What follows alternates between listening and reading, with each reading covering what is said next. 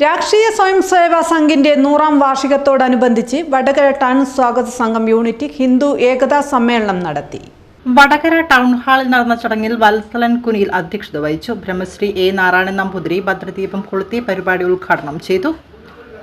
ഉദ്ഘാടന പ്രസംഗത്തിൽ ബ്രഹ്മശ്രീ എ നാരായണൻ നമ്പൂതിരി വിശ്വമാനവികത എന്നാണ് നമ്മുടെ കാഴ്ചപ്പാടെന്നും ലോകത്തിലെ മുഴുവൻ മനുഷ്യരെയും ഒരൊറ്റ കുടുംബമായി കാണണമെന്നും അദ്ദേഹം പറഞ്ഞു.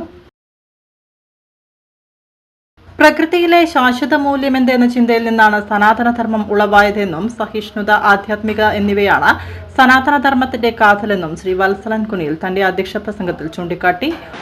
ഈ ഏകതാ സമ്മേളനം എന്നത് പറയുമ്പോൾ തന്നെ ഹിന്ദുമതം ഏതൊരു മതത്തെ പറ്റി പറയുമ്പോഴും ആ മതത്തിൻ്റെ സ്ഥാപകൻ ആര് എന്ന ചോദ്യത്തിന് ഹിന്ദുമത സ്ഥാപകൻ ആരാണെന്ന് ചോദിച്ചു കഴിഞ്ഞാൽ വിശ്വാസികൾ ബ്രഹ്മാവ് എന്ന് പറഞ്ഞേക്കാം.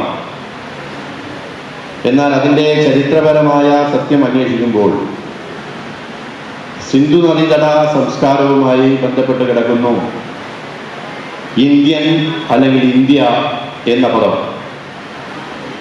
സിന്ധു നദീതട സംസ്കാരം അല്ലെങ്കിൽ ഇൻഡസ് വാലി സിവിലൈസേഷൻ എന്നതിൽ നിന്നാണ് ഇന്ത്യ ഉടലെടുത്തത്. എന്നാൽ പിന്നീട് പാശ്ചാത്യർ അത് ഹിന്ദു എന്നാക്കി. അങ്ങനെയാണ് ഈ ഹിന്ദു എന്ന പദം പിറന്നത്. നമുക്കറിയാം, ഹിന്ദു എന്നത് കേവലം ഒരു മതമല്ല, പകരം അതൊരു ജീവിതചര്യയാണ്, ഒരു സത്യാന്വേഷണ പരീക്ഷണങ്ങളാണ്. അനൈക്യത്തിൻ്റെ മറ്റൊരു അർത്ഥം അത് മരണത്തിന് തുല്യമാണ്. അപ്പം മരണം നടക്കാതിരിക്കാൻ, അത്തരത്തിലുള്ള മരണം ഇല്ലാതിരിക്കാൻ വേണ്ടിയാണ് ഇത്തരത്തിൽ ഭാരതമൊട്ടുക്കും ഹിന്ദു ഏകതാ സമ്മേളനങ്ങൾ നടന്നുകൊണ്ടിരിക്കുന്നത്.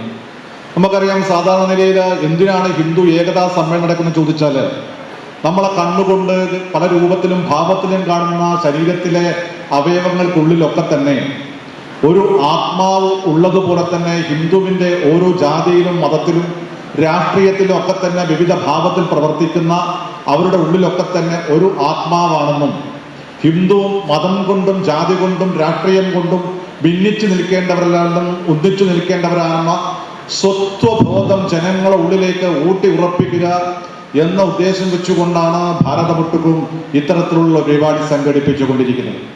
നമുക്കറിയാം, ശ്രീനാരായണ ഗുരുദേവനും ഗാന്ധിജിയും നടന്ന സംവാദത്തിൽ ഗാന്ധിജിയോട് ശ്രീനാരായണ ഗുരുദേവൻ പറയുന്നുണ്ട്, മാവിൻ്റെ ഇലകളിലൊക്കെ തന്നെ വലിപ്പത്തിൻ്റെയും ചെറുപ്പത്തിൻ്റെയും രൂപത്തിൻ്റെയും ഒക്കെ തന്നെ വ്യത്യാസമുണ്ടെങ്കിലും അതിൻ്റെ കൂടെ കിടക്കുന്ന രുചിയുടെ, അതിൻ്റെ നിറത്തിൻ്റെ ജലം തന്നെ രുചിയുടെ അല്ലെങ്കിൽ അതിൻ്റെ രുചിയുടെ ഒക്കെ നിറം ഒന്നായിരിക്കുന്ന പോലെ തന്നെ ഹിന്ദുവിനും വിവിധ രീതിയിലുള്ള മതങ്ങളുണ്ടെങ്കിലും ജാതികളുണ്ടെങ്കിലും അതിനുള്ളിൽ കിടക്കുന്ന ആ സ്വത്വത്തിന്റെ നിറം ഒന്നാണ് എന്ന് ഗാന്ധിജിയോട് ശ്രീനാരായണ ഗുരുദേവൻ പറയുന്നത്.